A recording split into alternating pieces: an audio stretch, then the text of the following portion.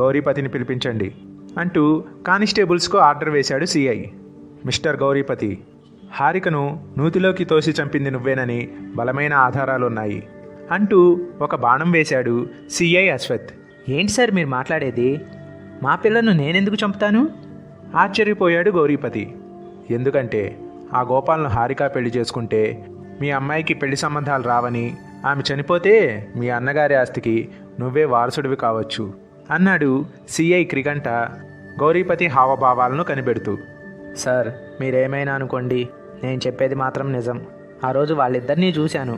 గోపాల్ పారిపోయాడు, హారిక నూతిలో పడుంది. జరిగిన విషయం మరోసారి చెప్పాడు గౌరీపతి. పోనీ మీ అన్నగారు ఎవరైనా కిరాయి మనుషులతో అడగబోతున్న సిఐతో, సార్ అవసరమైతే ఆ గోపాల్ గారిని లేపేస్తాం కానీ సొంత బిడ్డను చంపుకుంటామా సార్? ఇదంతా ఆ గోపాల్ గారు చేసిందే సార్, ఖరాఖండిగా చెప్పాడు గౌరీపతి. సరే, నిజాలను త్వరలోనే నీకు తేలుస్తాం, కానీ మీరు మాత్రం మాకు చెప్పకుండా ఈ పొలిమేరలు దాటకూడదు అంటూ స్టేషన్ బయటకు నడిచాడు సిఐ. తన గుమ్మంలోని సిఐని చూసిన దుర్గారావు, సార్, నా కూతుర్ని చంపిన ఆ గోపాల్ గారిని వదలకండి సార్ అంటూ బిగ్గరగా ఏడవటం మొదలుపెట్టాడు. నీ దొంగ ఏడుపులు ఆపు మిస్టర్ దుర్గారావు. మీ హారిక గోపాల్ను ప్రేమించడం ఇష్టం లేని నువ్వు ఆ అమ్మాయిని కిరాయి గుండాల చేత నూతిలోకి తోయించేశావని మీ తమ్ముడు వాంగ్మూలం ఇచ్చాడు. అందుకే హత్యానేరం కింద నిన్ను అదుపులోకి తీసుకుంటున్నాం చెప్పాడు సిఐ. సార్, మా అమ్మాయిని నేను చంపుకోవటం ఏంటి సార్? ఆ గోపాల్ గాడే చెప్పబోతున్న దుర్గారావుతో, స్టాప్ ఇట్. ఈ విషయాలన్నీ హారిక ఓ లెటర్లో రాసింది. అది దొరికితే ప్రమాదమని ఆ ఉత్తరాన్ని దాచేశావు అంటూ కానిస్టేబుళ్ల సహాయంతో దుర్గారావును స్టేషన్కు తీసుకువెళ్ళాడు CI Ashwath. Good mister Ashwath, ఆ హారిక మర్డర్ కేసు సాల్వ్ చేసావంటగా. ఇంతకీ హంతకుడు ఎవరు? గోపాలా లేక గౌరీపతా? అడిగాడు స్టేషన్కి వచ్చిన డిఎస్పి రంగనాథ్. వాళ్ళెవరూ కాదు సార్, అసలు ఇది హత్య కాదు, ఆత్మహత్య కూల్గా చెప్పాడు సిఐ. వాట్? ఎలా కనిపెట్టావు? అనుమానంగా అడిగాడు డిఎస్పి. సార్, ఆ రోజు సీన్ ఆఫ్ అఫెన్స్ చూడగానే నాకు అనుమానం వచ్చింది, ఇది హత్య కాకపోయి ఉండవచ్చు అని. ఎందుకంటే నూతి దగ్గర ఉన్న మట్టి నేల మీద పెనుగులాటలో జరిగినట్లు ఆనవాళ్లు కానీ వేరే పాదముద్రలు కానీ లేవు. ఆమె ధరించిన జోళ్ళు ఆ పాక దగ్గర నీట్గా పెట్టున్నాయి. అంతేకాదు, నూతి గట్టు మీద హారిక పాదముద్రలు ఉన్నాయి. హత్య చేసేవాడు ఆమెను నూతిలోకి తోసేస్తాడు, కానీ ఆమెను గట్టు మీద నిలబెట్టి తర్వాత నూతిలోకి తొయ్యాడు కదా. హారికే నూతిగట్టు మీద నిలబడి లోపలికి దూకి ఆత్మహత్య చేసుకుందని నా పరిశీలనలో తేలింది. అయితే ఆత్మహత్యకు గల కారణాలు తెలుసుకోవడం కోసమే ఈ ఇంట్రాగేషన్ చేయవలసి వచ్చింది సార్ అంటూ మొత్తం విచారణ వివరాలు డిఎస్పీకి వివరించసాగాడు సిఐ అశ్వత్. సార్, గోపాల్తో ప్రేమ వ్యవహారం మానేయమని, తమ కుటుంబ పరువు కాపాడమని, లేకపోతే తాను ఆత్మహత్య చేసుకుంటానని కూతుర్ని చాలాసార్లు బెదిరించాడు దుర్గారావు.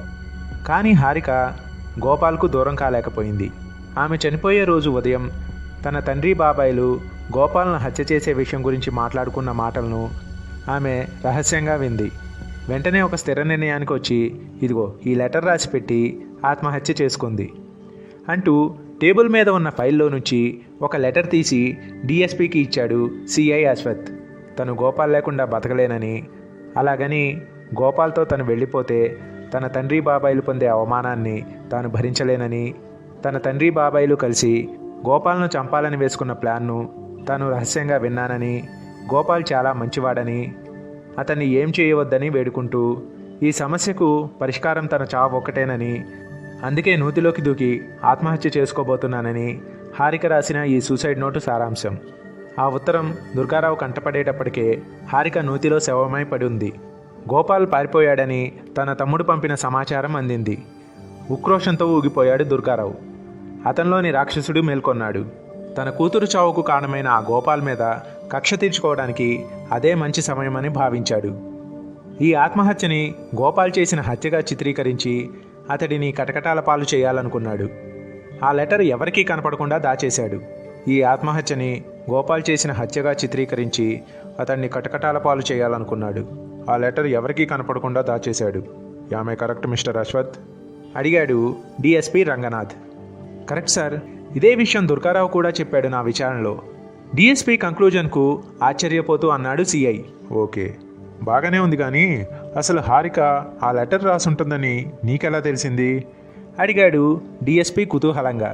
సార్, హారికది ఆత్మహత్య అయ్యి ఉండవచ్చునన్న అనుమానం వచ్చిన వెంటనే అదే రోజు రాత్రి వాళ్ళ ఇంటికి వెళ్ళి హారిక గదిని పరిశీలించాను. టేబుల్ మీద పెట్టున్న స్క్రిబ్లింగ్ ప్యాడ్, బాల్ పెన్నుల మీద నా కన్ను పడింది. అసలు అవి అక్కడ ఎందుకున్నాయన్న అనుమానం వచ్చింది. ఆ ప్యాడ్లోని మొదటి పేజీ చూడగానే దాని ముందు పేజీ మీద బాల్ పెన్తో గట్టిగా రాసిన అక్షరాల తాలూకు ఇంప్రెషన్స్ కనపడ్డాయి. నా అనుమానం నిజమైంది.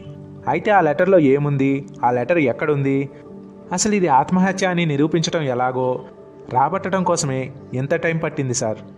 తన పరిశోధనా వివరాలు చెప్పాడు సిఐ అశ్వత్. అయితే ఆ లెటర్ దుర్గారావు దగ్గర ఉందని నీకు తెలీదు. అలాగే గౌరీపతి అన్నీ చెప్పేశాడని అతన్ని జస్ట్ భయపెట్టావు, అంతేనా? అడిగారు డిఎస్పి. అవును సార్, నవ్వుతూ చెప్పాడు సిఐ అశ్వత్.